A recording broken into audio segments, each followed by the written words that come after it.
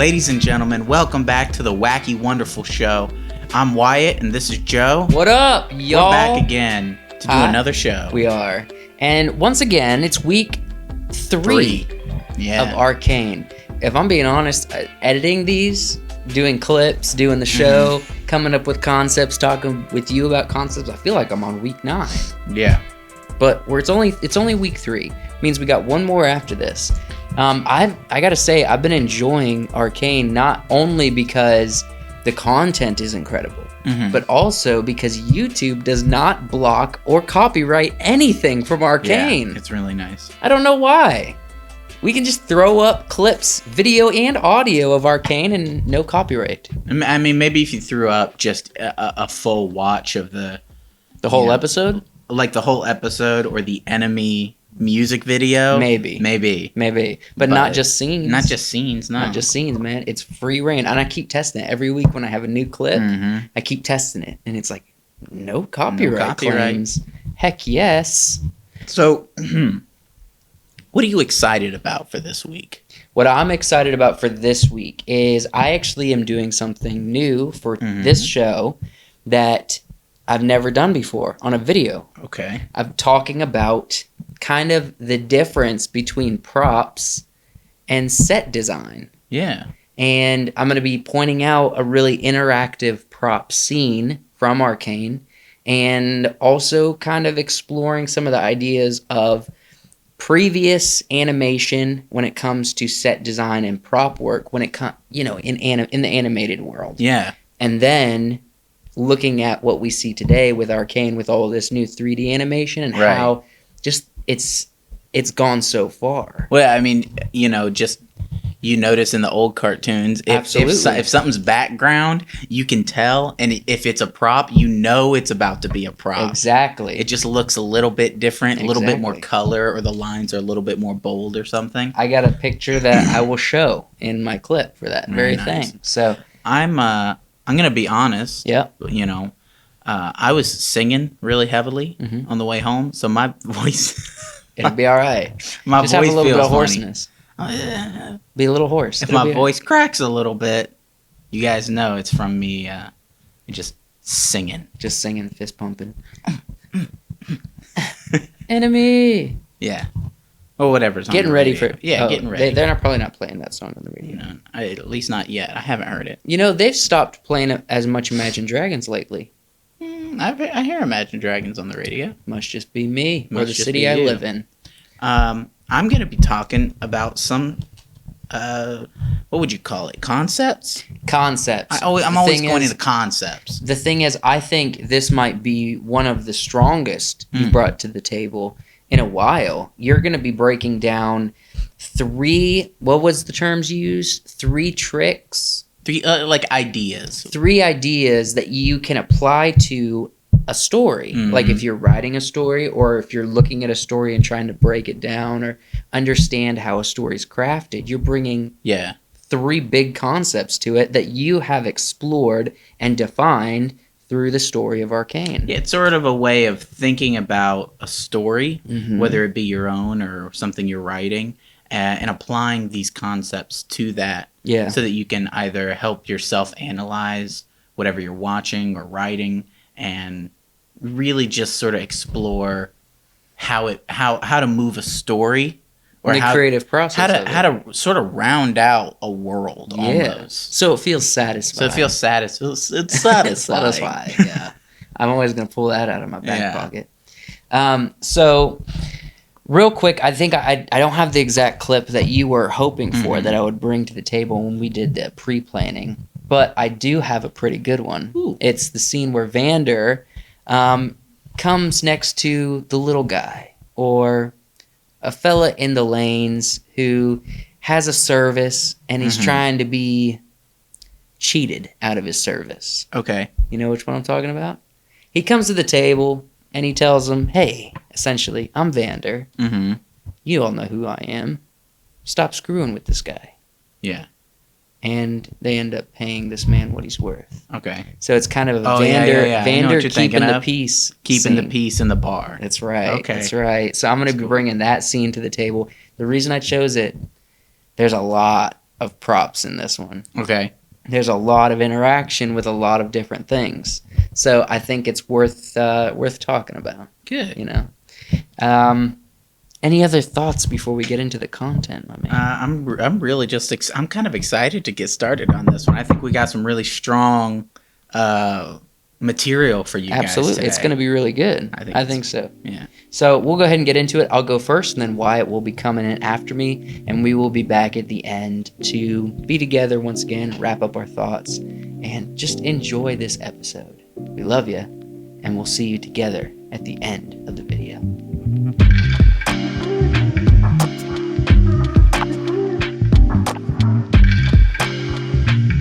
Hey everybody, welcome back to the video yet again. I'm here behind the microphone to talk about Arcane.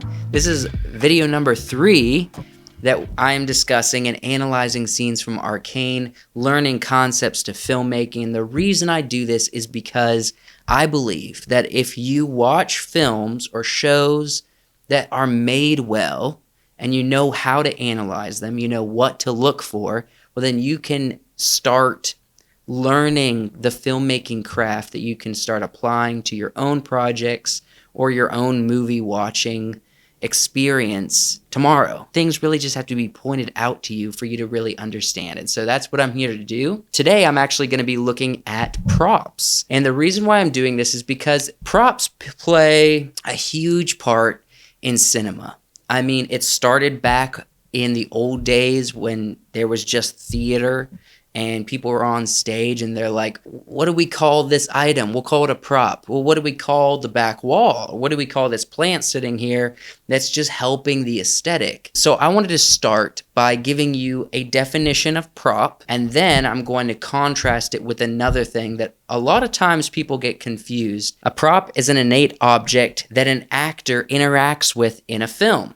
That's a basic definition. Unlike set dressing, props are touched and handled by actors, so they must fit the film's aesthetic and design while also being functional. The thing that I'm going to actually point out is the term set dressing. They are two different things. They're actually two different departments. I'm going to define it, and then I'm going to look at a scene where we're going to find all of the different things. What is set dressing, or what's set design, and then what are props in a scene. A set designer is responsible for the decor and or furniture, which creates a believable world for the story. Set dressing is not the same as props, which are objects that are handled by actors and managed by the props department. Remember, with the exception of furniture, it's only a prop if the actor uses it in the scene. Otherwise, it is set decoration.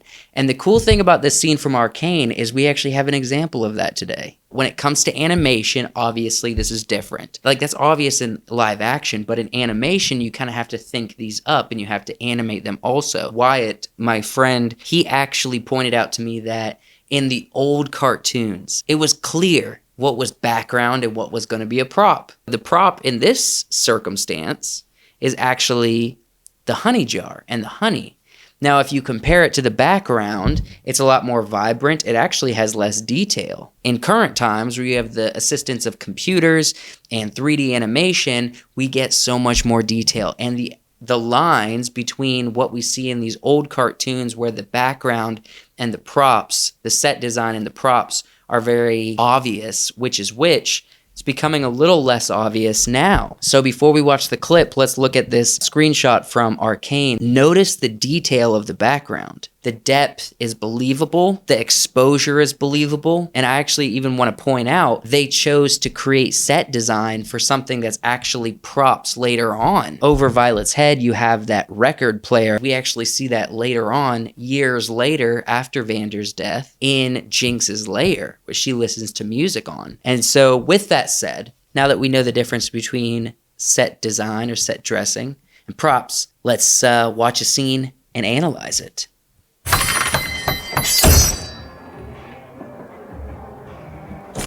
All right, we didn't have to go very far to see that one.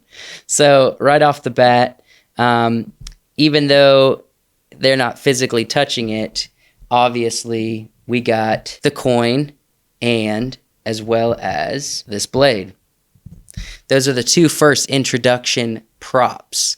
And actually, it can be said that in some ways, even the table is a prop because essentially furniture is the gray area when it comes to differing between set dressing and props because characters interact with furniture a lot of times. I would say in this case, the table is an integral part because of the needed base for which the knife slams down.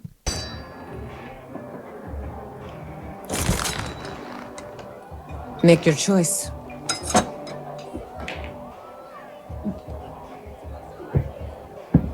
You folks need anything? Leave us. You sure about that? Sounded to me like... Piss off. Oh.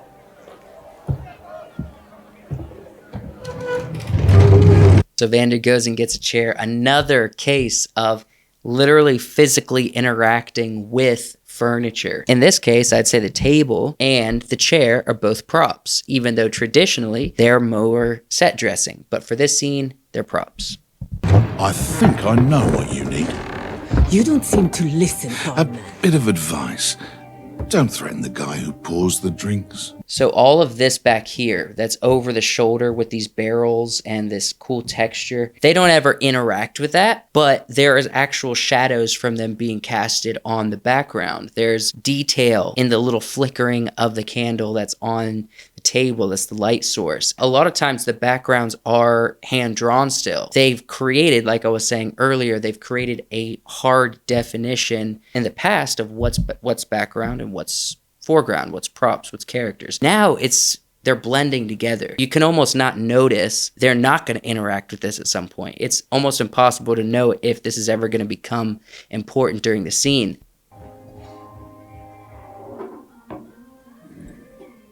As you look around, these cool green lights, this table, you just get into the detail of this. Old cartoons did not have this much detail for good reason.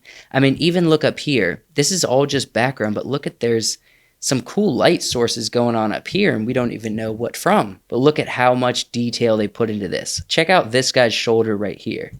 You see that guy's shoulder? Look at how all of him is green except his shoulder. And that's because of this right here, this light. Who cares if that guy's shoulder has a slight purple or orange glow? The creators care. That's who cares. I mean, you might say it's obvious for this guy. He's got this hard light coming up, so obviously make him purple. But who cares about this guy? Nobody should care. Yet they did. It's beautiful, and I love the attention to detail. Let's go ahead and keep watching. So you're Vander.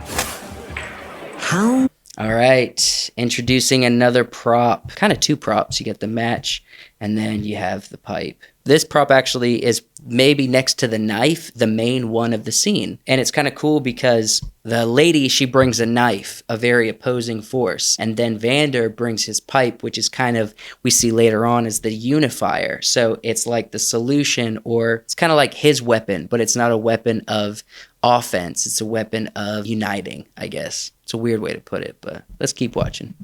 The underground. I expected something younger. We were expecting traders who would honor their word. So I guess we're all disappointed. You got us all wrong, my friend. I would call these props as well, because both him and the guy that Vander's defending, they are both drinking. So they're props as well. We were just negotiating. Now you're speaking my language. See How the about cup? you just give Huck the rest of what you owe him, and I'll let you walk out of here in one piece.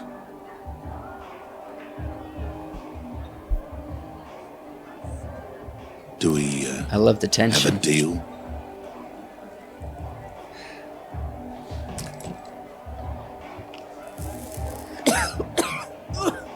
This is vile. You'll learn to love it.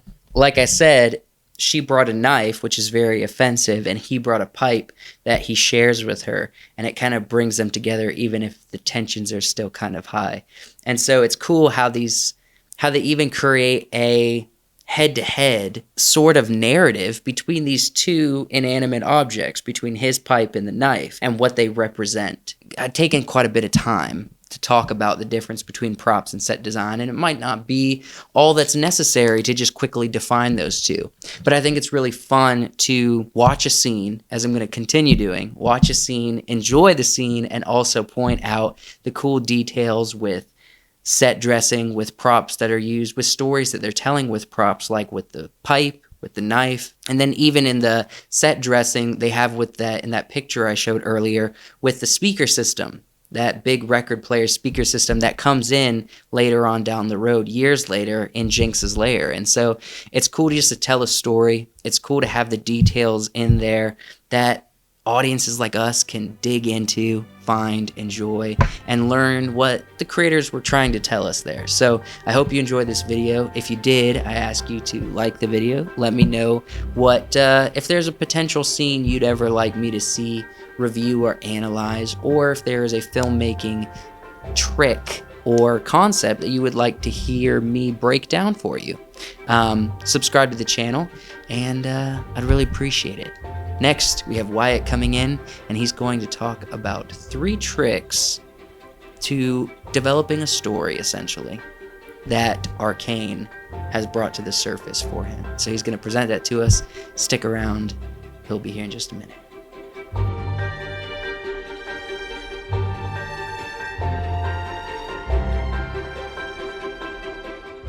Hey, welcome back to the studio. Thank you guys for clicking on the video. Today we're going to be jumping into a little bit more Arcane, and we're going to be talking about some story ideas, just some ways that can help you guys to analyze a story, or if you're writing your own story, just some concepts that can help you round out ways of world building, of character development. These definitions sort of have a lot of ways that you can interpret them, which will help you develop ideas for your story, or what you're wanting to create, or what you're trying to analyze. I'm kind of just gonna use sort of a rule of 3s here to help you guys remember the concept. So let's jump into this. First, we have advancement, the action of moving forward in position or progress. All of these words can be defined in multiple ways, which makes them really easy to use in story development ideas. The next word is opposition. The definition we have is a group of adversaries or competitors. And the last word is impact, to have a strong effect on someone or something. And these are the 3 terms that we're going to be using, and we're going to be looking at them in the context of Arcane and how Arcane used them to round out their story and to tell a story with these things as motivators, as driving forces for characters and story. So advancement in Arcane is used in the context of Jace developing the Hextech. So he sort of mixes something that is considered to be magic, which it's more or less an energy source. He uses it, develops it, and creates Hextech as sort of like electricity, something that gives progress and it gives advancement to society and to technology. It's a very powerful force that, he and his coworker Victor harness and use to essentially, make better quality of life and create a better world with systems of travel and trade. You'll notice throughout the show that the city and civilization benefits from his study in science and the advancement in moving forward. Next idea that we're going to be looking at, opposition. We have the advancement and we have the new ideas or the new inventions or the new whatever. The advancement is very fluid. It can be an advancement of personal ideology, personal development, or development of any kind for your story and characters. But with that comes opposition. Opposition to your character's development or the development of the technology. In the context of Arcane, the opposition is the crime world, Silco and his ilk, using Shimmer, which is a drug, essentially a performance enhancer, makes people strong and fast. It's very addictive. It has almost as many uses as Hextech, but in a volatile and in a dangerous way. And so the opposition here is they're using the advancement of the Hextech to run their drugs, to get them into other places faster. It's really helping them to move their product. So you get characters and movement that are on the opposite end of the advancement. They're not necessarily trying to oppose the advancement, more of in a same sort of linear line. And these two forces are almost going in the same direction. That's not always the case. You'll have opposition that is directly against the advancement that you're trying to perpetrate, but in this context, they are really sort of hand in hand moving forward together. As the city gets better, product of Shimmer gets moved easily, it gets, pushed throughout the streets. And an important note, opposition doesn't always mean evil. Your opposition can be characters that aren't bad, but are in a different vein of thinking, in that they're trying to do either something else or they're opposing it for their own reasons that may be good reasons or they may be bad reasons. You have to have the opposition and the advancement to add something to your story, to add complexity. There's a lot going on here. These two ideas really lend themselves well to ensemble kind of shows or movies, things that have a lot of characters. And so these two driving forces really push your story and they push your characters. The last definition that we're going to be looking at is impact. Impact is when you take those two forces, in this case it's Hextech and Shimmer, you look at the ramifications. These are two very big, moving concepts in your story. They're affecting one another and they're affecting everything around them. They're almost like a black hole, sort of just pulling everything. When you have two black holes, there's a lot of crossovers, a lot of things happening at one time. And so the impact is everything in the story that these two driving forces motivate and they have negative and positive influences on. So first we have Hextech. We're going to start with setting and then character and then conflict. So first of all, setting. The Hextech impacts the world in general.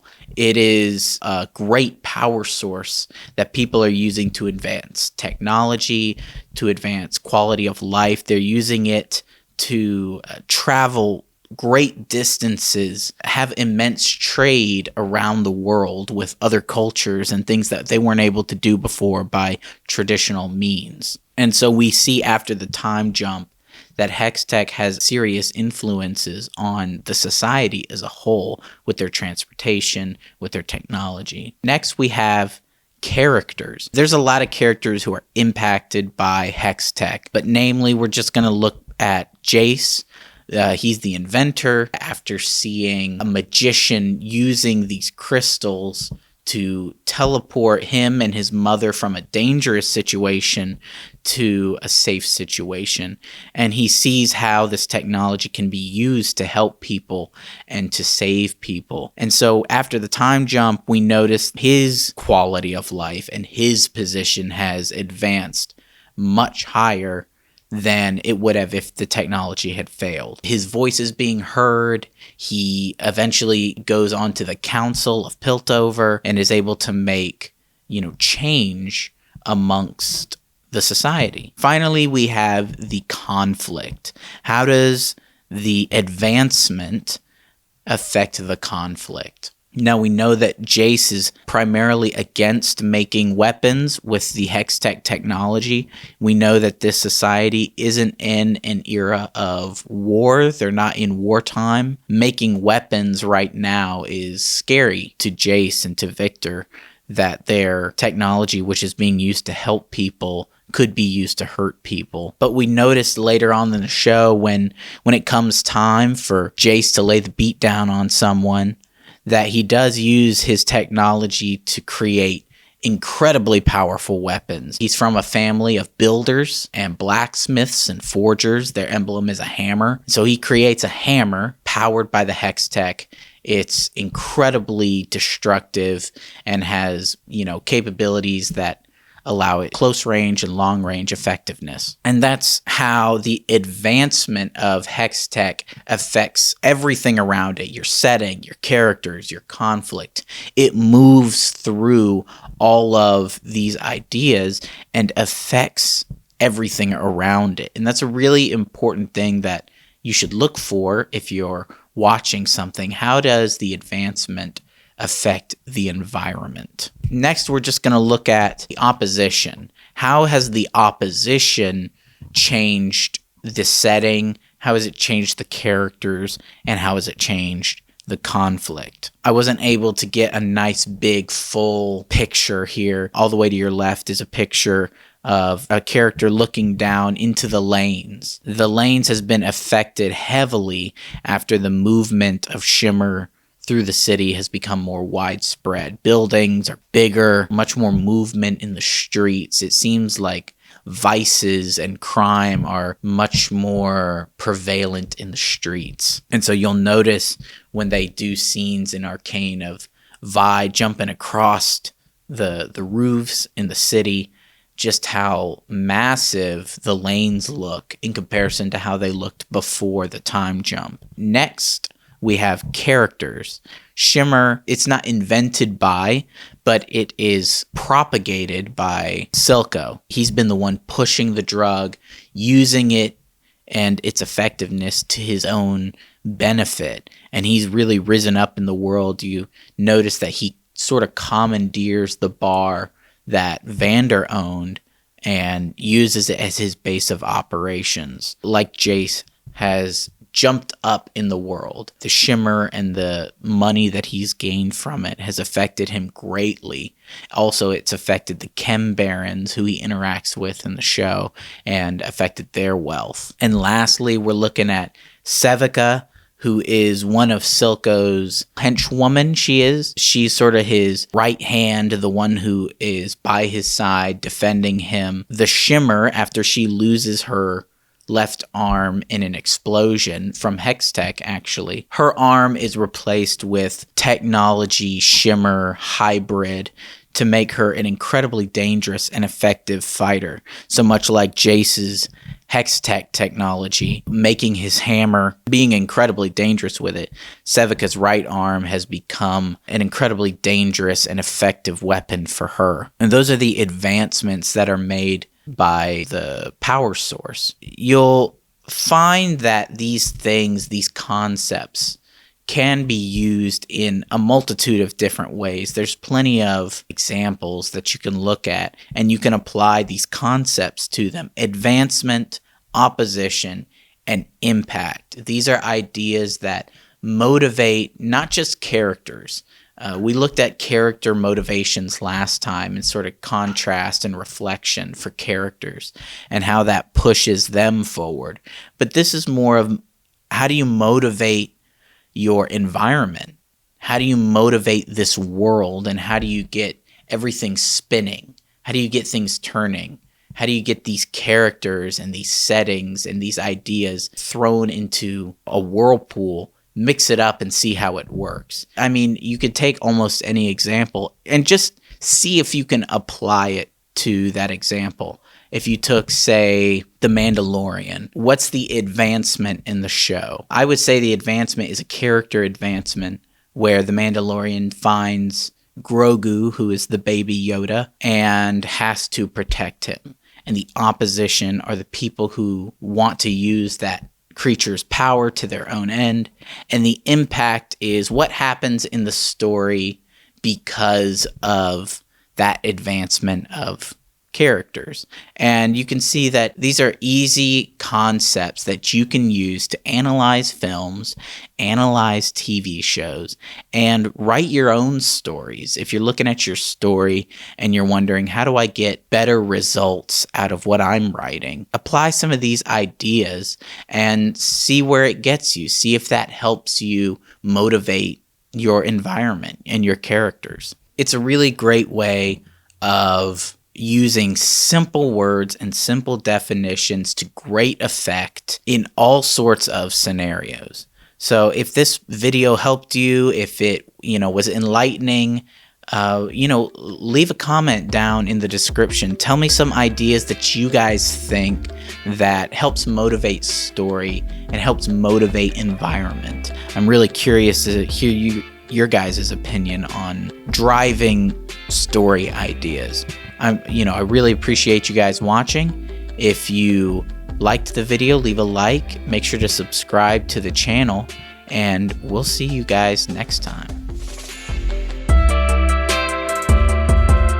What a beautiful concept to break down a story and say, like, man, I got some characters, I think about it all this time. I usually have a pirate character in my brain somewhere. I usually have a handful of them.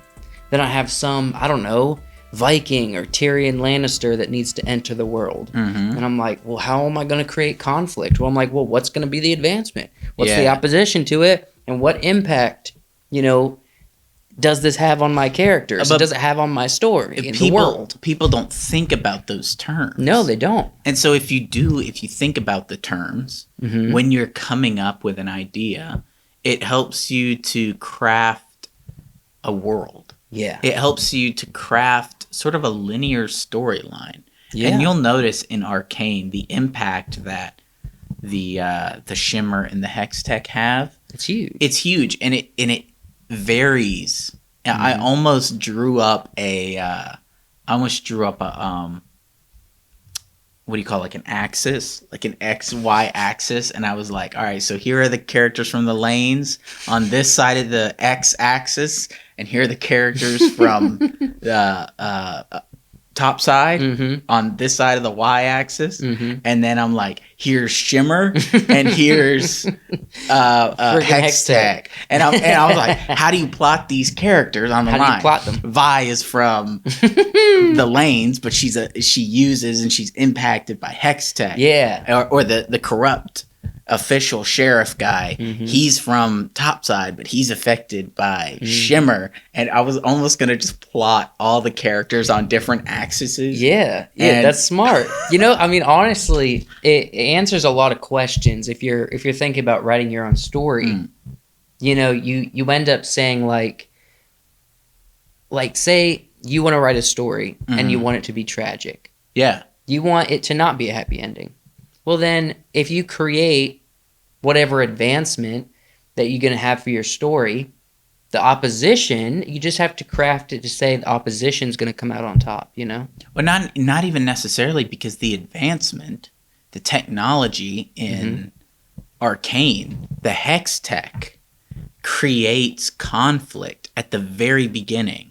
Yeah. It creates the explosions that, kill Jinx and Vi's friends. Oh yeah, so there's actually real world ramifications even to the advancement. Yeah. You could lean into that. Yeah, you like, how is this negatively affecting people? Say if Shimmer didn't exist. Yeah. Well, they could have really leaned into the fact that, Hextech could have a lot of dangers to it. They could have really leaned into that whole idea of it being a force for bad as opposed to good. And that could have been the opposition. And that's what's beautiful about advancement, is that it's such a fluid idea. Your technology or power or whatever can always have opposition. It can always have characters on the other side that want to either use it for evil, use it for their own ends. It's the same way in the real world. Yeah. We all have the same technology. We have gasoline. Yeah. Gasoline can be used to drive a car, or it can be used to blow up a car. And there's actually and this is a slight deterrent, but it motivates the point. I was listening to Joe Rogan and Jordan Peterson. He was on the show today, actually, and in it, Jordan Peterson said there's always two sides to advancement. He said more people have died from solar panels than from nuclear energy, and you know why? Because people falling off of roofs when they're installing it. Yeah. And it's as simple as that. You don't take into consideration the negatives to advancement, even if it's positive. And so you can literally craft a story around diving into the unknown of the future. I mean, it does not matter whether your advancement, whether the advancement has an opposite, kind of like Hextech and Shimmer. They do that, what I was talking about last week. They're reflections of each other. And they contrast each other as well. You don't have to have that. Yeah. You just have to have the advancement. However you want to define advancement in your story, and you're gonna find the opposition. Yeah, it almost presents itself. Yeah. I mean, I just, in something that I've been dabbling in writing, the characters want to,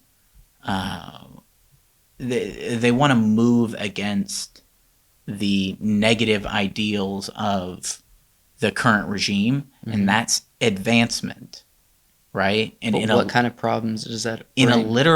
In a literal sense, they are moving towards the enemy, so they are advancing. So what is the opposition? Who are the characters that oppose them? The ones that hold to the old way of thinking. Yeah, but also, what's the opposition of idea?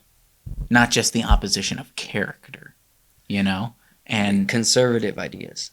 Well, you know, it just different ideas, you know?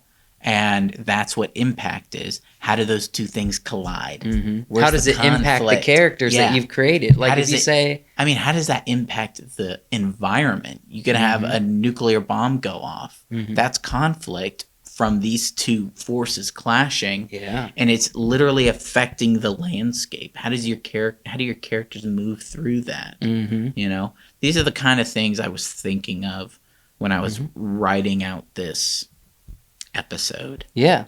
You know? And in some ways, advancement and opposition doesn't even have to be the bad thing. Opposition could be a positive thing or a peaceful thing. I mean, at the front end of the story in the first 3 episodes, if you put head to head Vander and Silco, well, Silco is the opposition.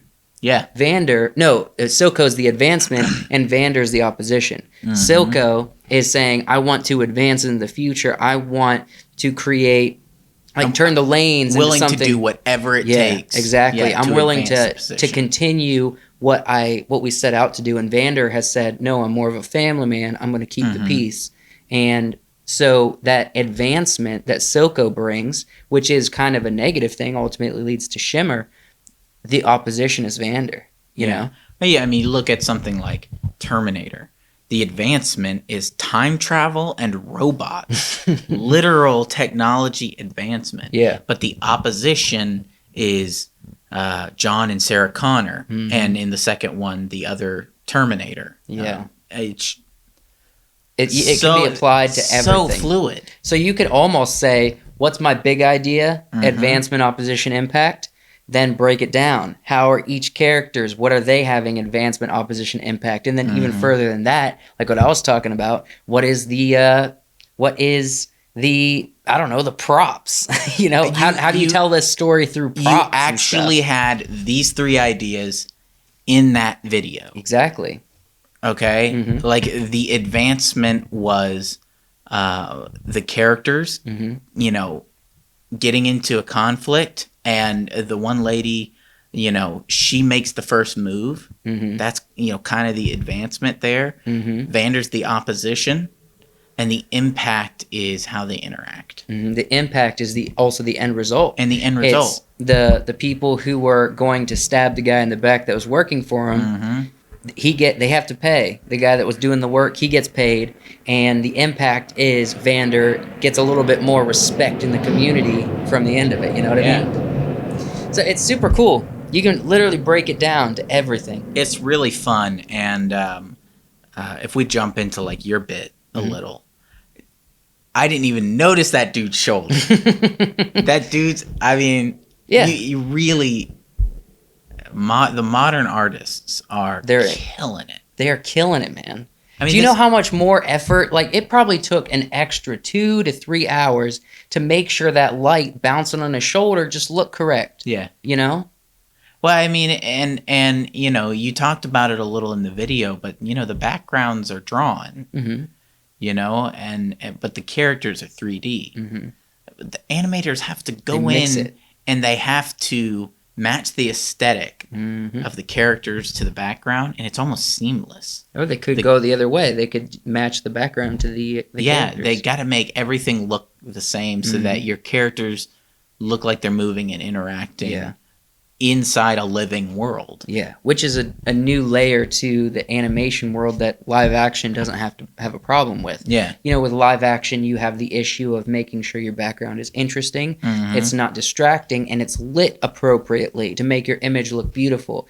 But when you're starting from scratch, everything has to come from here. Yeah. You know, someone's coming up with the concepts. It could be just one of the artists adding a detail, or it could be the director crafting the base of it, you know, and then all the creatives add their little world into it. And I mean, some of the beauty of that is that, you know, you can take a scene and, you know, from Arcane, and you can look at, you know, that coin rolled across the table and was stabbed with the knife, and then it zoomed out and you saw a bunch of other coins in a bag, and it felt like at any moment somebody could have knocked those all to the side or slammed the table and everything moved. You know, they didn't feel stagnant. Yeah. You know, the world feels like you could interact with it. Exactly. The characters could interact with it. Yeah. That's beautiful.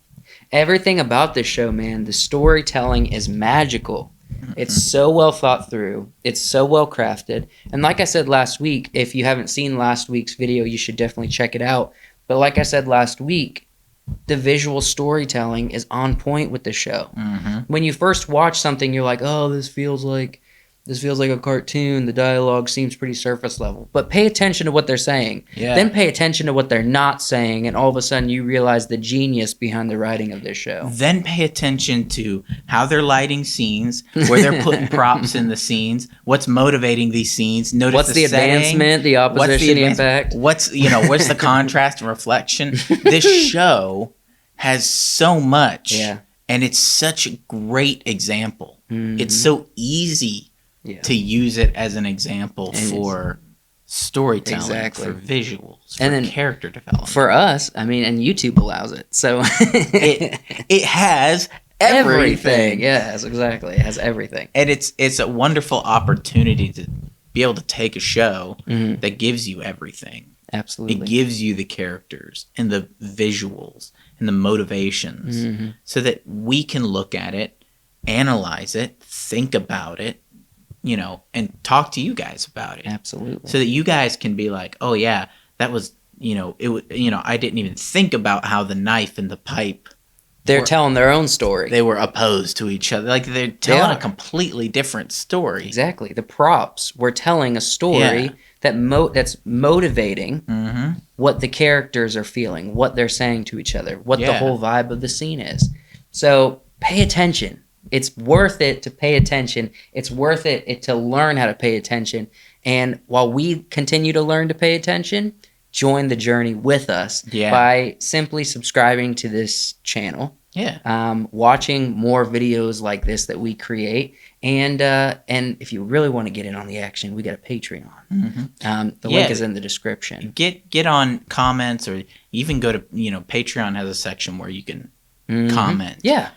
Get in on the discussion. Let's talk. 100% more likely to respond to a comment or interact with you on Patreon than we will on YouTube. 100% more likely. 100%. It's like a 95 on YouTube. Nothing's 100%. But on YouTube, on Patreon, it's 100%. If you guys really seriously have something that you want to talk about, best believe we're going to interact with you on Patreon. Like your personalized one, maybe. All right. Yeah. Thank you guys so much for watching. We love you. We'll be back next week with another and final Wacky Wonderful Show for Arcane. Well, we'll make the rounds. We're gonna hit this probably up hard again when season 2 rolls around for sure. In the meantime, subscribe, like, and after next week, we're getting into a whole nother genre of filmmaking and storytelling. So it's gonna be fun. We'll see you guys in the next video. Quick plug, podcast. Me, Wyatt, my brother Josh. We do a podcast. We do 2 actually every week. You can find it on YouTube, Wiseworks Podcast, or Spotify. Check us out there, and see you later.